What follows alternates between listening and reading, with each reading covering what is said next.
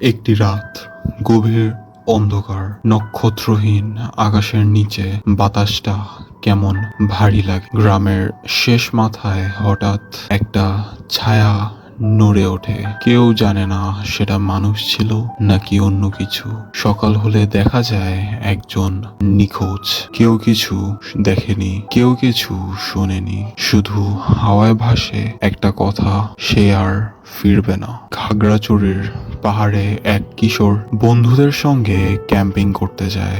রাতে আগুন জ্বালিয়ে গল্প করার পর সবার ঘুম এসে যায়। ভোরে সবাই উঠে দেখে ওদের মধ্যে একজন নেই। আশেপাশে খোঁজা হয়, কিন্তু জঙ্গলের ভেতর খুঁজলে পাওয়া যায় ছেঁড়া একটি কাপড়, কিন্তু দেহ পাওয়া যায় না। স্থানীয় এক বৃদ্ধ বলেন, পাহাড়ের ভেতরে কিছু জায়গা আছে যেখানে মানুষ ঢোকে কিন্তু বের হয় না। তাকে খুঁজতে গিয়ে গ্রামের লোকেরা রাতের পর রাত বন পাহাড়ে দৌড়াচ্ছে। চেনা গন্ধের ঘ্রাণ নিয়ে কুকুর পাঠানো হয়েছে, পুলিশের দল এসেছে, কিন্তু জঙ্গলটা যেন মুখ খুলে গিলে ফেলেছিল তাকে। কিছুই অবশিষ্ট ছিল না, শুধুমাত্র একটা জামার টুকরো ছাড়া। তার যেন কোনো অস্তিত্বই নেই, কোনোদিন জন্মায়নি। তার নাম, তার অস্তিত্ব সব ধোঁয়াশায় ঢাকা পড়ে গেল। তার মা এখনো রাতে দরজার ফাঁকে দাঁড়িয়ে থাকে। কখনো কখনো মনে হয় কারোর পায়ের আওয়াজ আসে, কিন্তু কেউ আসে না। এটা শুধু একটা ঘটনা নয়, এমন ঘটনা আরো আছে, ছড়িয়ে আছে বাংলাদেশের আনাচে কানাচে। খাগড়াছড়ির জঙ্গলের ভেতরে হারিয়ে যাওয়া এক কিশোর, সুন্দরবনের নির্জন খালে মাছ ধরতে গিয়ে নিখোঁজ এক জেলে, কুমিল্লার পুরনো এক খোলা বাড়ির নিচতলার ঘরে ঢুকে আর না ফেরা দুই বন্ধু।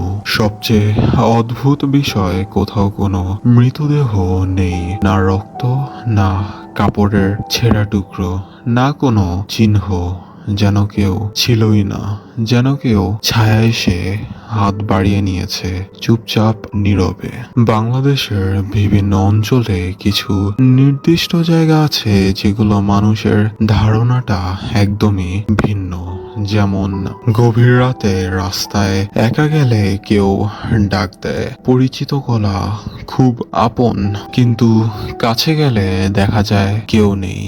তবু পেছন থেকে কার যেন নিঃশ্বাস পড়ে ঘাড়ে, ঠান্ডা ভারী কুয়াশার মতো। একটা পুরনো ঝর্ণার পাশে এক যুবক গিয়েছিল ছবি তুলতে। সে বলেছিল, এই জায়গাটা যেন ডাকে আমাকে, খুব পুরনো কারোর মতো করে। তার ক্যামেরায় শেষ ছবিটি ছিল ঝর্ণার ধারে, কুয়াশার ভেতরে এক অদ্ভুত অবয়ব। তারপর সে হারিয়ে যায়। তারপর থেকে আর কখনো তাকে খুঁজে পাওয়া যায়নি, শুধু পাওয়া গিয়েছে তার ক্যামেরাটা, যেটা সেখানে পড়েছিল। রাঙামাটির পাহাড়ে এক সময় এক স্কুল শিক্ষক বেড়াতে গিয়ে গায়েব হয়ে যান। তার সঙ্গে ছিলেন আরো দুই সহকর্মী। তারা বলেছিলেন হঠাৎ এক ঝড় আসে, ঘন কুয়াশা, আর তার মধ্যে সে সামনের দিকে এগিয়ে যায়। তারপর আর তাকে দেখা যায়নি। সারাদিন খোঁজাখুঁজি করেও কিছু মেলেনি। যে স্থানে সে দাঁড়িয়েছিল সেখানকার মাটিতে গভীর দাগ ছিল, যেন কেউ টেনে নিয়ে গেছে মাটির নিচে। লোকেরা বলা বলি করতে শুরু করে, পাহাড়ের ভেতর কিছু গুহা আছে যেগুলো মানুষের চোখে ধরা পড়ে না।